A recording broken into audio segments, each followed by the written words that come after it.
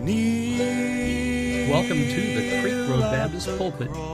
These weekly podcasts feature expository messages delivered to edify the soul. Now let's join Pastor Dave as he presents this week's message.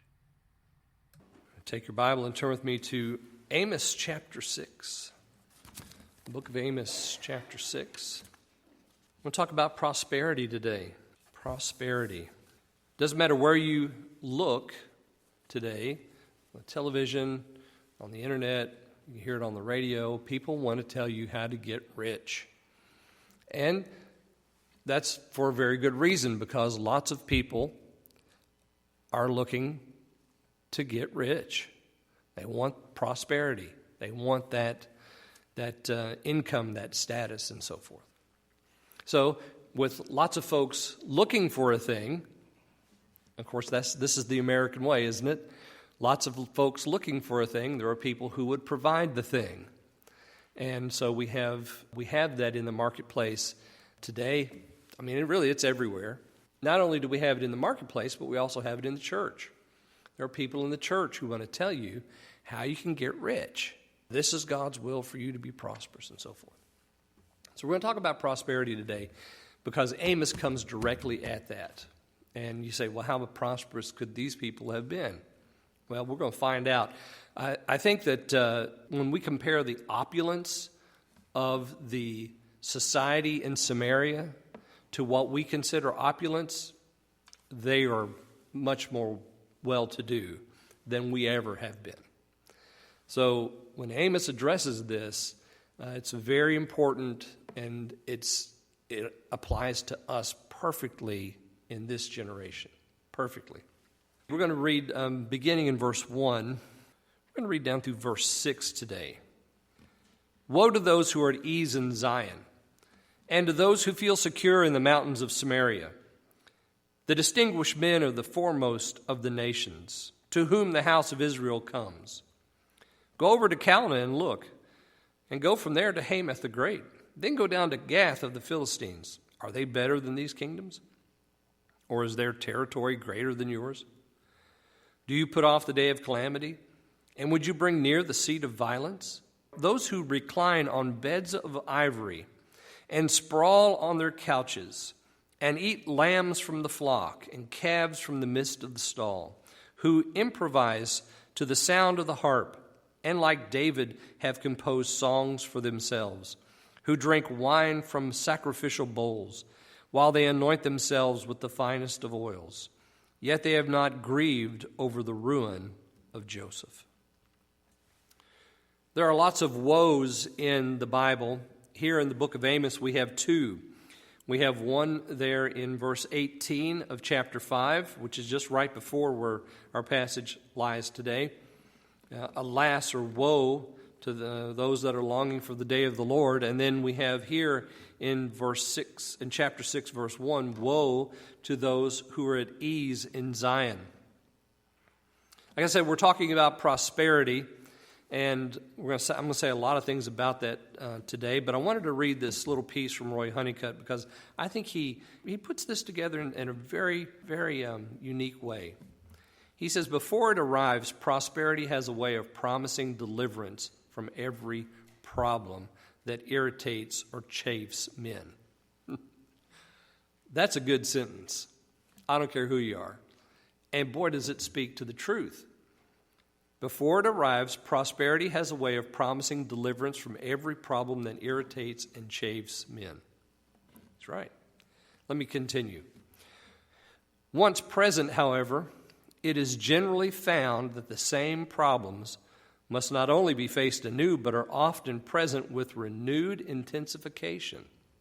Increasing the abundance of man's possessions is not necessarily the secret for the multiplication of his happiness.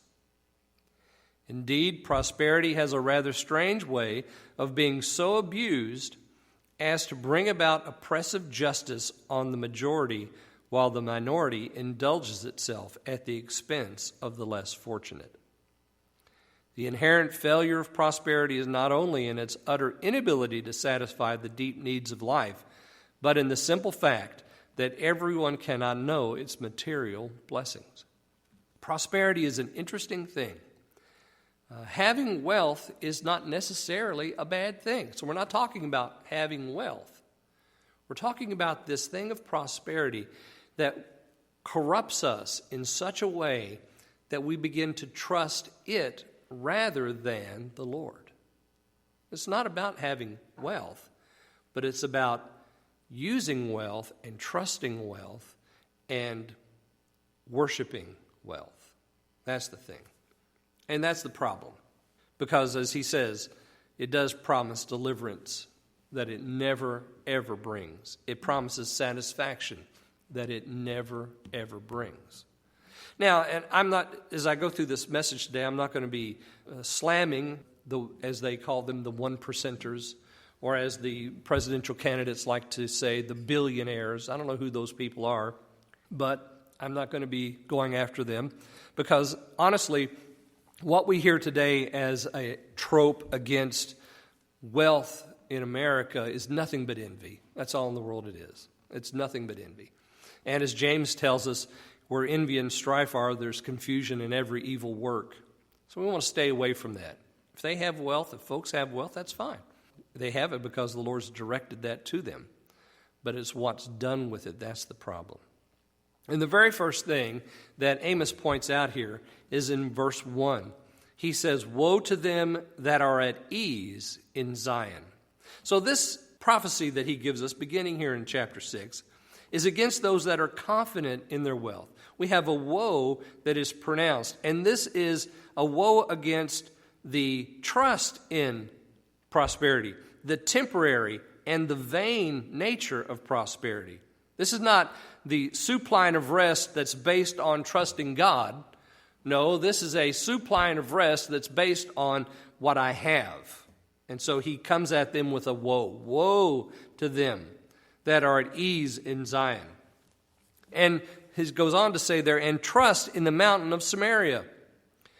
The power used, or the power that he's talking about here, is the power of their government, the strength of their government and its power. They trusted in it. They trusted in their walls. They trusted in the hill upon which they were situated. They thought nobody could ever assail the hill of Samaria because it was a perfectly defendable place.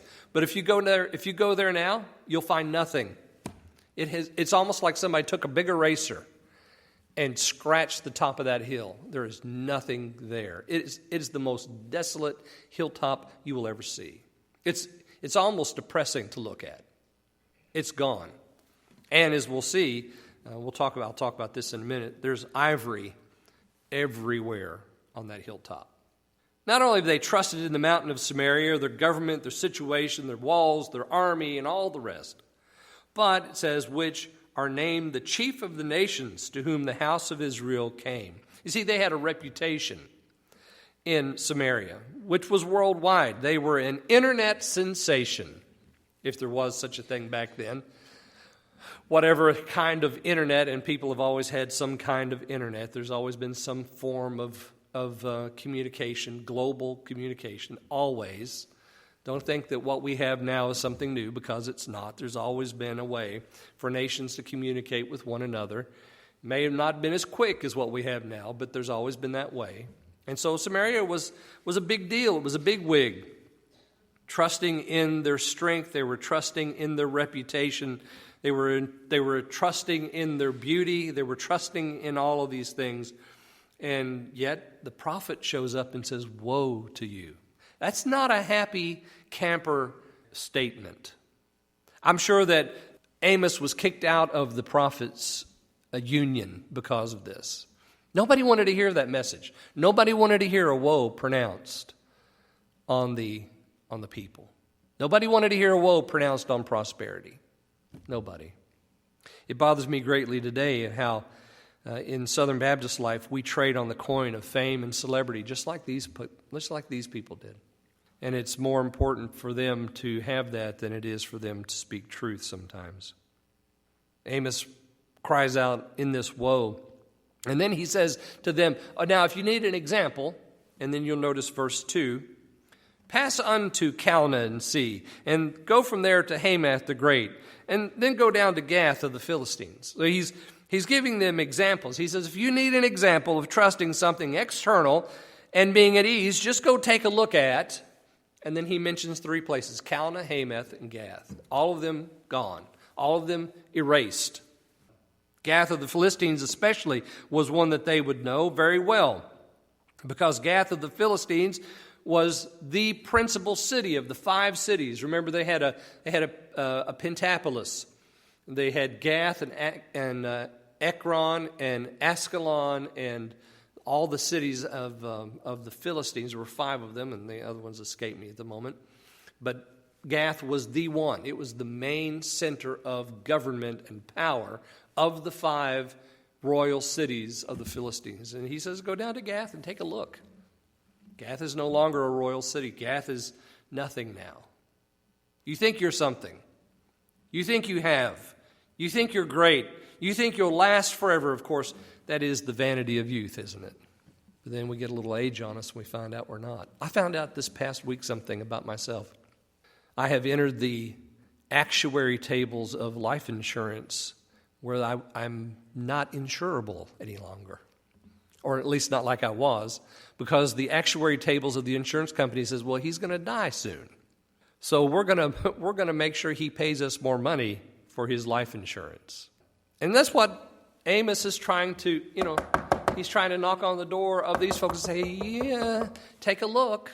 You go down here and take a look. Look at Calneh, look at Hamath, the great. It's no longer great.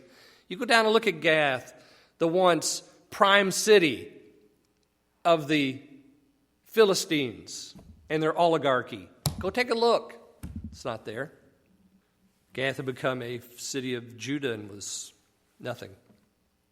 So, and then he asks this rhetorical question. He asks 2 of them right there at the end of this passage. He says, are they better than these kingdoms? Are their borders greater than your borders?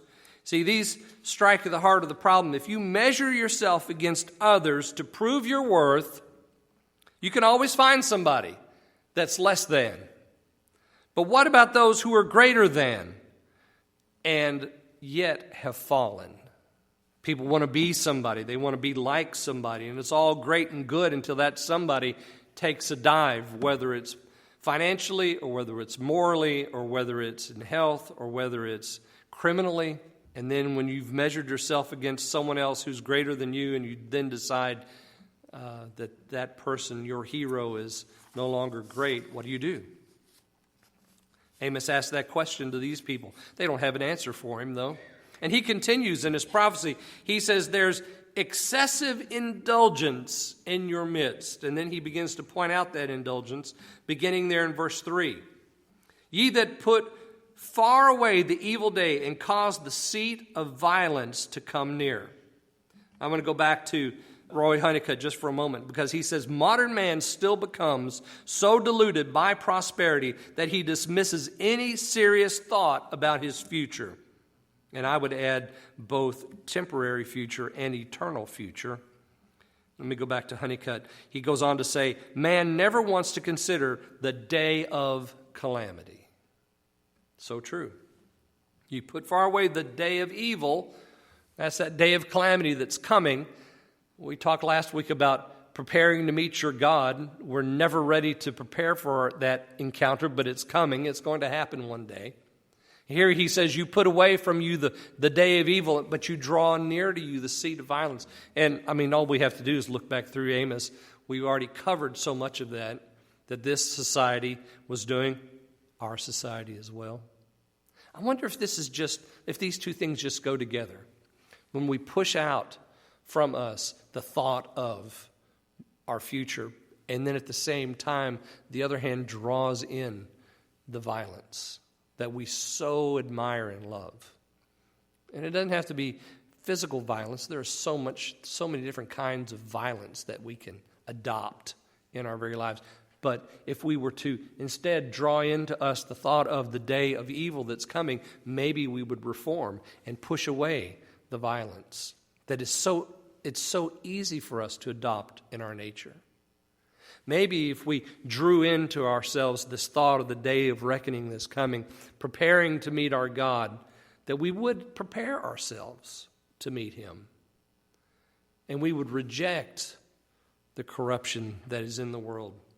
Well, he goes on to say there in verse 4, ye that put far away the day of evil, that cause the seat of violence to come near.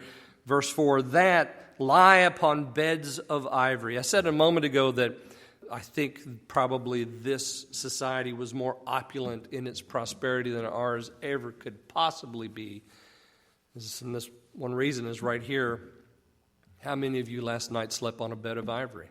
I'm not talking about a little mother of pearl embedded in your headboard. I'm talking about a bed that was made of wood with ivory laminated on it. That's what these people had. Not only did they have that, but they had all kinds of furniture that was laminated with ivory. Ahab himself built a palace. It was called the Ivory Palace. And when you walked into that palace, there were cedar boards built into the walls that had ivory laminated over the top of them. And so all you saw, floor to ceiling, was ivory. Marble floors, strong stone columns, and ivory. Can you imagine that? How beautiful that must have been. As I said, when archaeologists went to Samaria and did a little work, they found ivory everywhere. Some of it so tiny it was like dust. But then they also found bigger pieces, chunks of it, that were just scattered, willy-nilly, all over the top of the tell. Ye that put away the day of evil and cause the seat of violence to come near, that lie upon beds of ivory. See, there's nothing wrong with lying on a bed, is there? Not a thing. This afternoon, I intend to go home and lie on my couch. But when you lie on a bed of ivory, it just seems to do something to your soul because, he's pointing out what it is that they're trusting in. They stretch themselves upon their couches. They eat lambs out of the flock and calves out of the stall. Put in your mind's eye the picture of the Roman emperor who's lounging. He's sort of spread out on his couch and somebody's feeding him grapes. And then someone else is fanning him with the fan. Whatever that picture is. I remember that from the cartoons when I was a kid. And they just have so much that they can't be bothered to eat. To raise their hand to eat, somebody has to feed them. And they can't be bothered to do the fanning. Somebody else has to fan them. They just sort of lay in there like a lump on the couch because they're so rich. They can't be troubled with the rest. They put away the evil day. They don't want to think about that. But, oh yeah, baby, please give me another grape to eat. Could you speed the fan up a little bit? Oh, how about some of that lamb steak we had last night? Could you cut me some of that? Let's have another one of those. How about a good hamburger this afternoon for lunch? Go fix me one of those too. All the while people are starving around them. There's nothing wrong with having that except when it has you. There's nothing wrong with singing. Look at verse 5. They chant to the sound of the viol, it says, and invent to themselves instruments of music like David. Nothing wrong with having musical instruments or enjoying fine music or music of any kind. There's no problem with singing whatsoever. But you see what picture is being painted here. It's luxury and it's party and it's a good time all the time.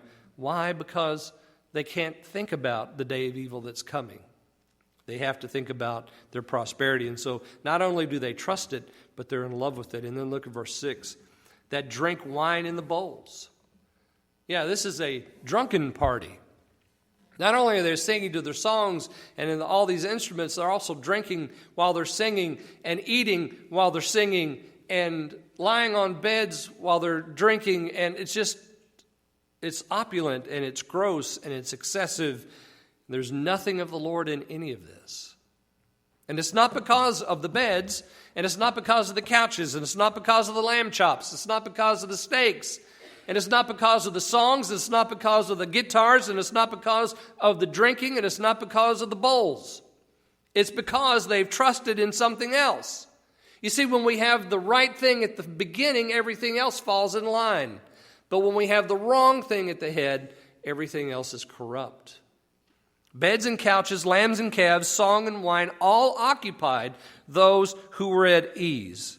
They couldn't foresee their doom or even stop to think about it, or the tragic circumstances of the less fortunate. And you'll notice the last line there in verse 6. But they are not grieved for the affliction of Joseph. Joseph mentioned again here. And as I said last time, this is Ephraim and Manasseh. They're the chief families there in the northern kingdom. And so the affliction of Joseph just means the affliction of everybody else. This society is so wealthy that they can't think about the poor, whom they're abusing. We've talked about that already, and so is Amos, and he's still knocking, he's still ringing that same bell. You're trusting in the wrong thing, and while you put off the thought of the evil day, you allow others to suffer while you lounge on your beds and couches, eat lambs and calves, sing songs and drink wine, and have your parties. You're at ease while everyone else is suffering. Do we? I think we do. I think this speaks to us. We don't foresee our doom. We put it from us instead of embracing it and saying, Lord, help me to reform. Lord, help me to prepare to meet you. We put aside all that he would have us to do so that we can have our parties. Save us from parties. We're too busy to pray for missionaries. We're too busy to give to mission causes. We're too busy to talk to our neighbors. We can't be bothered with all that. And yet, the affliction of Joseph doesn't grieve us. The affliction of our friends and our family doesn't grieve us. Well, why should it? We're not grieved by our own affliction. We've masked our own affliction with the prosperity that we have. And we say, I'll deal with that later, or maybe not ever. And we go about our way, walking in our own path, embracing all the rest that the world has to offer. It's not about the money. It's not about the prosperity. It's about what you put your trust in. And as I said right there, I think Dr. Honeycutt, boy, he just nails it right on the head when he says the inherent failure of prosperity is not only in its utter inability to satisfy the deep needs of life, but in its simple fact that everyone cannot know its material blessings. Your prosperity will never fill the void. It will never satisfy your heart. There's only one thing that will, and that's Jesus. He's it. So, woe to them that are at ease. Let's make sure that's not us. Jesus will meet you. Thanks for listening to this week's message. Please join us again next time for another installment of the Creek Road Baptist Pulpit.